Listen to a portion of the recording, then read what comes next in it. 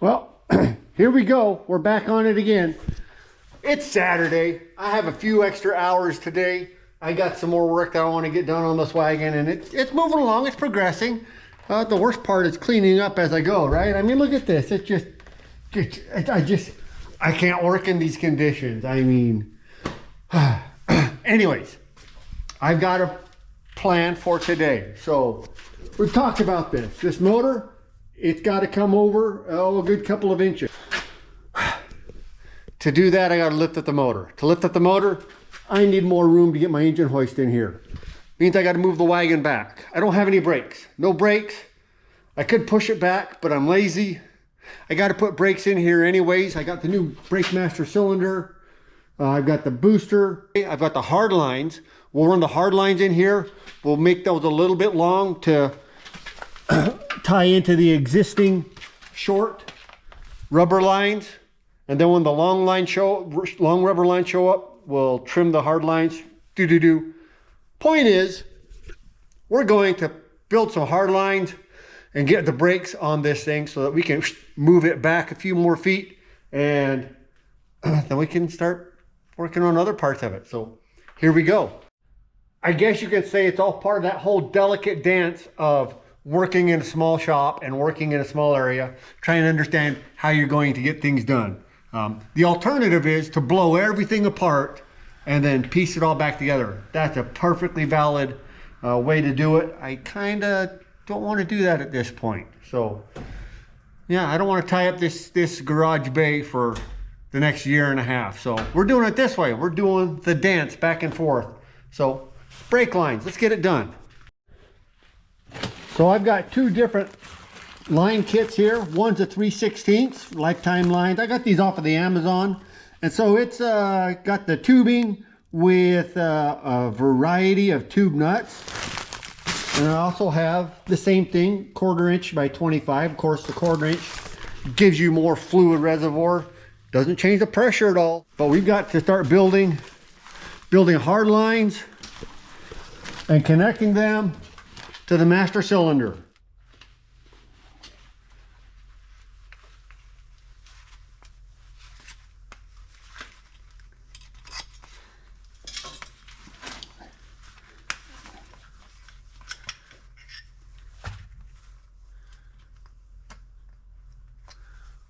There we go. Have a good first flare on there.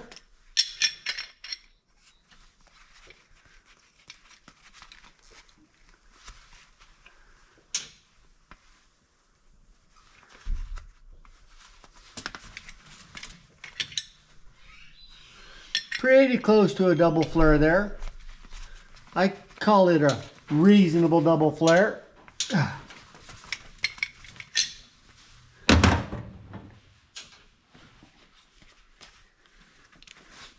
Helps when you grab the correct tool fitting.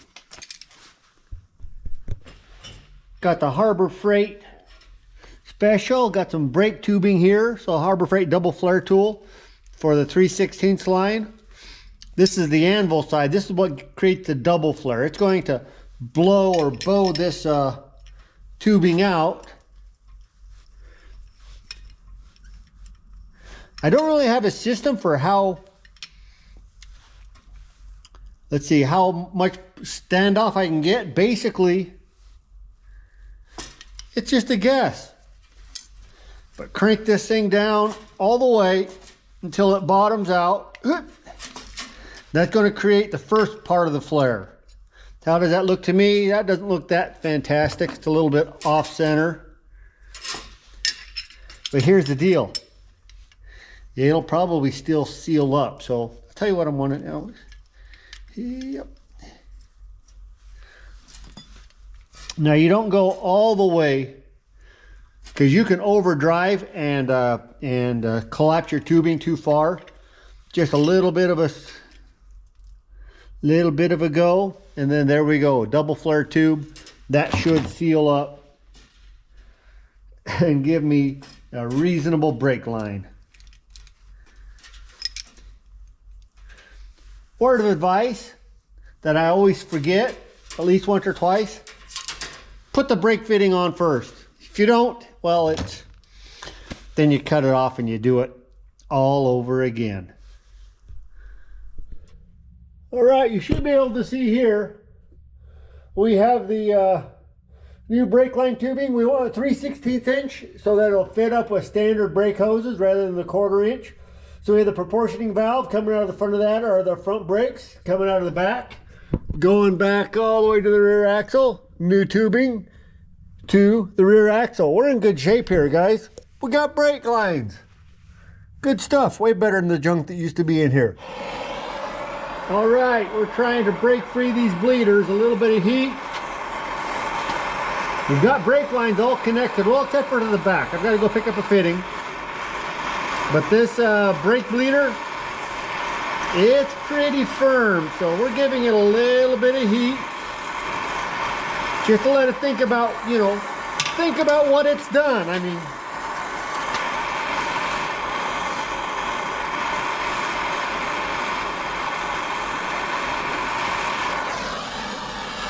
a little heat, a little juice.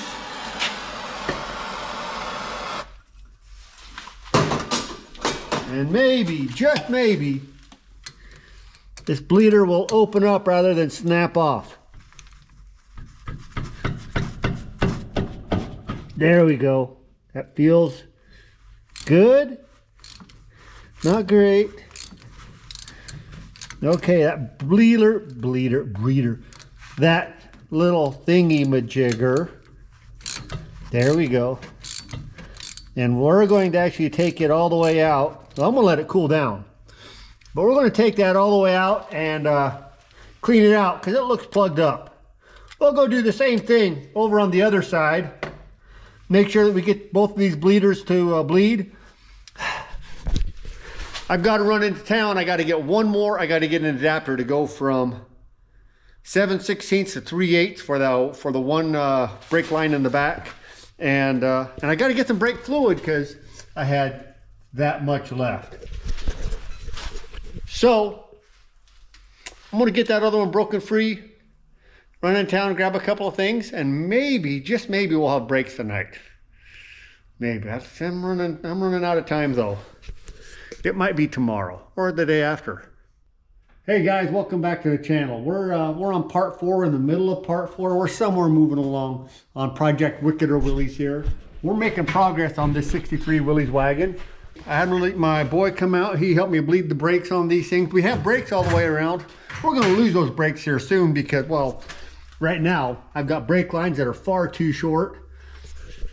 If we were to hit any kind of bump or get any kind of flex, we'd have the potential of ripping those brake lines right off. So I've got new brake lines on order. They're supposed to be here today, but, you know, well, packages have been delayed. It's just been a little bit behind around here. So yeah, no brake lines today, but we got other stuff we're working on. So here's the dealio. I want brake lines and I would like steering. I need brake lines for steering, right? Because I need to move my motor over just a couple of inches. I mean, we're talking, if I move it over 1.5 inches, I'll bet you we'll be in great shape. So I can install the steering. I am going to go ahead and get the steering set up though, right? So I've got my Saginaw box. This is actually out of a Wagoneer, but GM used the same style of box. This is a 800 series Saginaw style box, and it's going to fit right about here on the frame. I've got to drill some holes in this piece of angle. I'm going to mount to this angle for now. For now, meaning it'll probably be there for time and for the rest of life. But that's okay, because it's going to be just fine. I want to just mount it temporarily with bolts right now. If I do decide to keep this, then I'll weld it to the frame at a certain point. But for right now, we're going to go ahead and just bolt this thing up. I've got 3 holes in the frame rail. I marked them from the bottom, so we can hopefully just take those, drill those out, bolt this bad boy down, and have some form of steering or close to it. We might actually be able to have just enough steering until we move the motor over. You might think I'm putting the cart before the horse, right? Why am I even messing with this until I move the motor over? Well, The simple fact is I want this in place where it needs to be sitting before I adjust the motor position. So I'm going to set this position. The other reason is I want to move this thing further back in the garage because I don't have enough room standing right here, sitting right here on this bucket. I've got like 3 feet there. I don't have enough room for my engine hoist to come in here and support the engine while we move it over. So all that to say is I'm going to get everything set up the way it needs to be so that I can fire this thing up, roll it back a couple of feet, and then we'll push the engine hoist in here and lift up the front of this engine to just kind of move it over just a little bit. So anyways, I'm going to drill a couple holes real quick and we'll see what we got.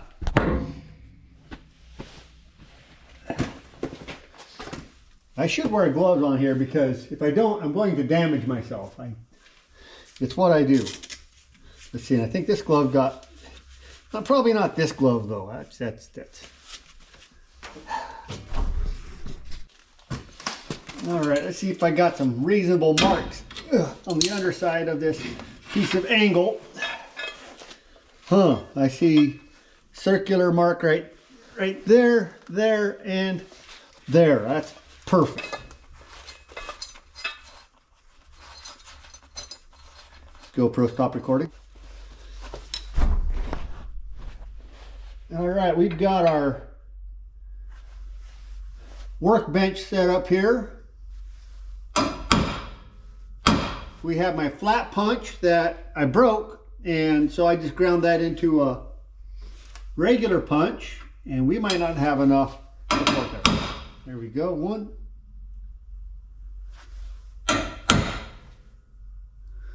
Always make sure you use the correct tools, meaning the tools that I'm able to find at the moment. And only one hit per punch mark, right? Otherwise you get, it's fine. Actually, I had to shift this punch mark over. You can do that.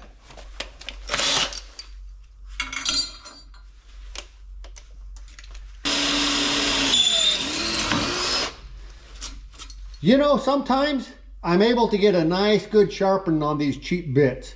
And they go dull, I just sharpen them on my belt sander. Sometimes it comes out okay. Sometimes it doesn't. Of course, there's always the time where I fail on the sharpening. And that's when I decided I really wanted a drill doctor or something similar.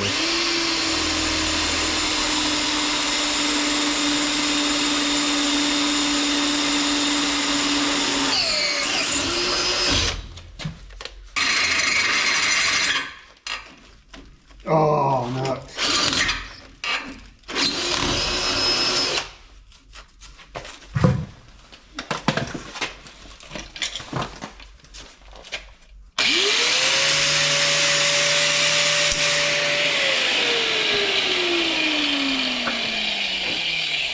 Beautiful. How close did we get? Yeah.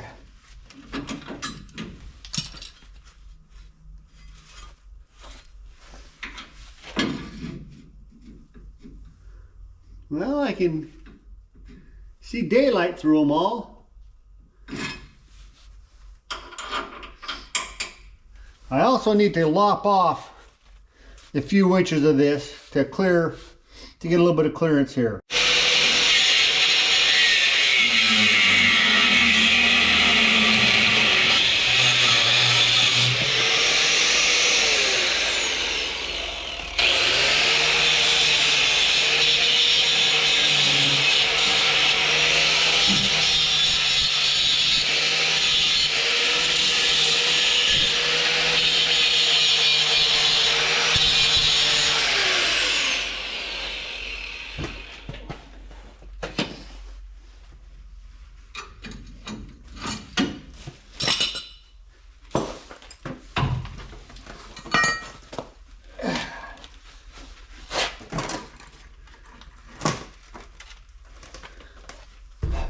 Now, typically these steering boxes, gears boxes, whatever, they have a custom wavy formed mounting plate that goes around a few bosses, because these are all these bosses are on different planes. Well, I'll show you here in a second. I went ahead and ground this one down just a little bit to get more of a flat bearing area against this flat plate that goes right about like that. And when I cinch that one down, all right, when I cinch it down in the correct mounting hole, it's going to sit flat against the steering box. Now you'll notice I'm not capturing these two yet. We'll get to there. I got a plan for that. But as you can see, this thing's heavy, bulky, and awkward. We have a gap there of 3/4 of an inch, maybe even an inch, that we have to take up before we can bolt to that ear. And we'll have the same on the bottom side. We've got this gap of a good 3/4 of an inch to the planar face of this angle bracket. But we'll get there. We'll have it figured out shortly. Maybe we'll just stuff a couple of nuts or something in there to take up some space. We'll figure that out. Give me a minute. You know, we'll keep moving along.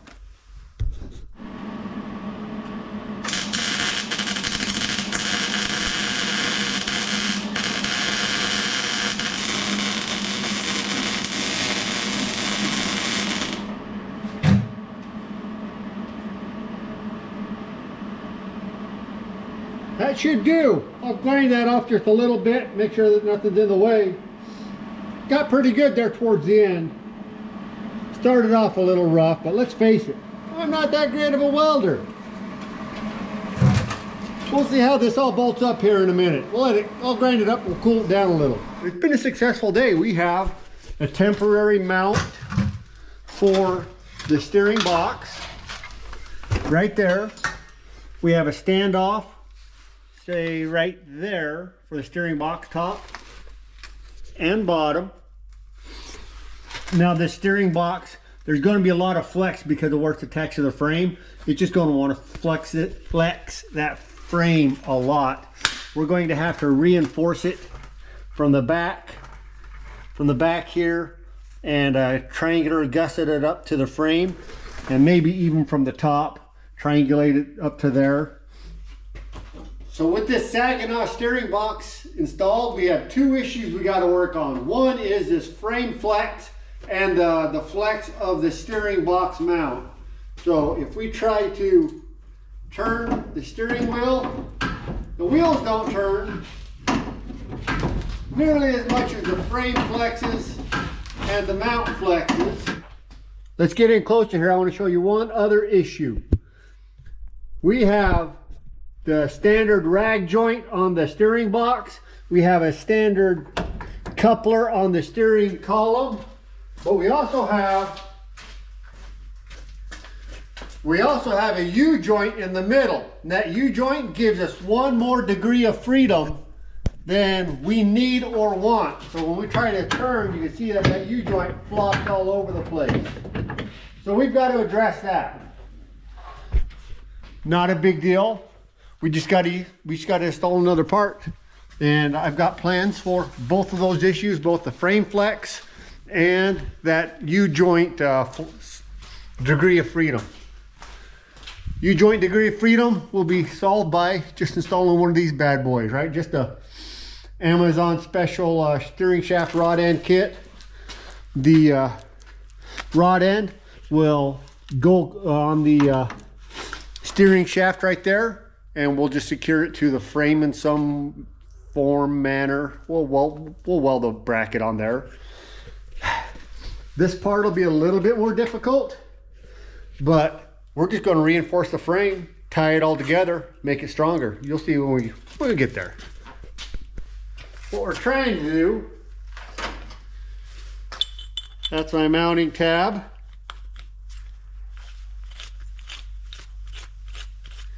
That hole's just on the right size of things, and it's going to go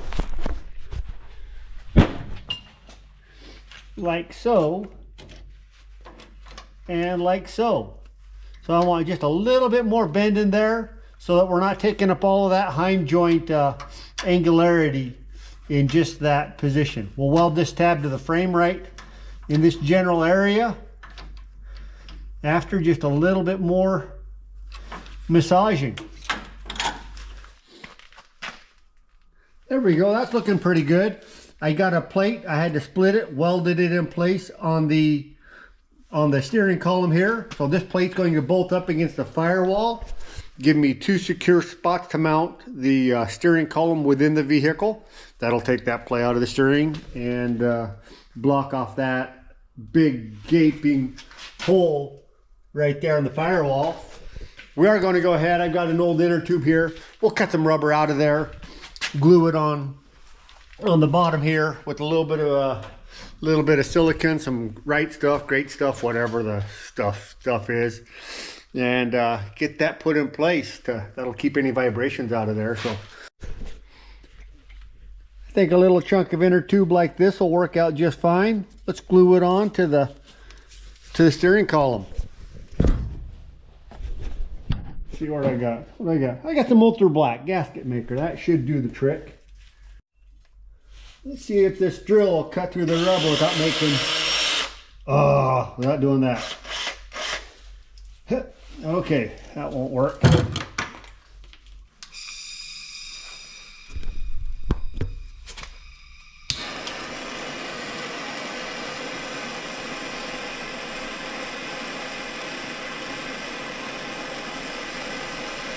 Don't worry, this screwdriver's been broken, tip's been broken on it multiple times.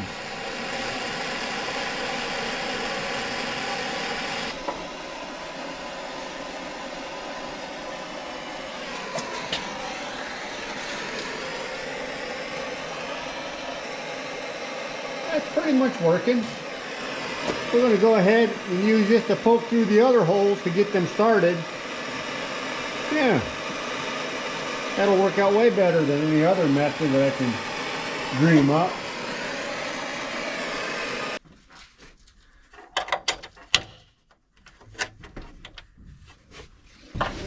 No washer on the inside because after I get these bolts or these nuts snug down, I want to tack weld them to the steering column support.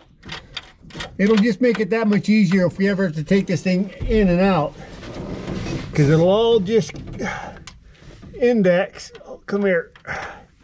Do I have enough to get started on that thread? I think so.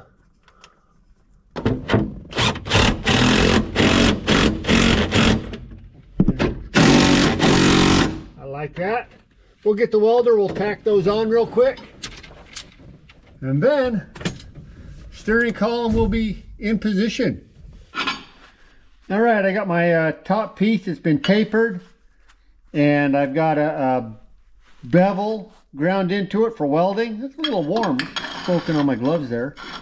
And it will slide up in there.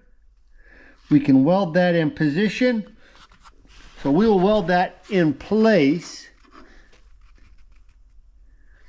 Then we'll throw in a few braces just to see how that's going to work out for us.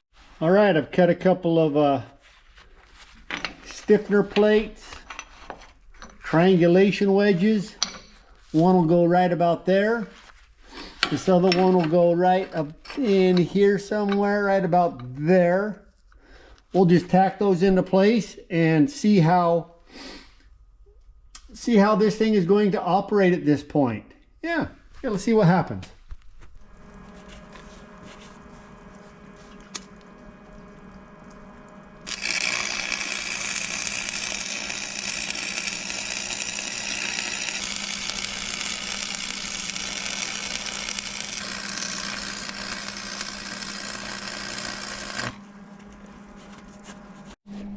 Little grinding and cleanup, and we'll have this power steering mount ready to go. It looks pretty rough right now. Most of that's just slag. It'll clean up reasonably well. We'll clean it up, paint it up a little bit, have a little tiny bit more grinding to do to get everything to fit in where it needs to be. It's this close. We'll get it done today.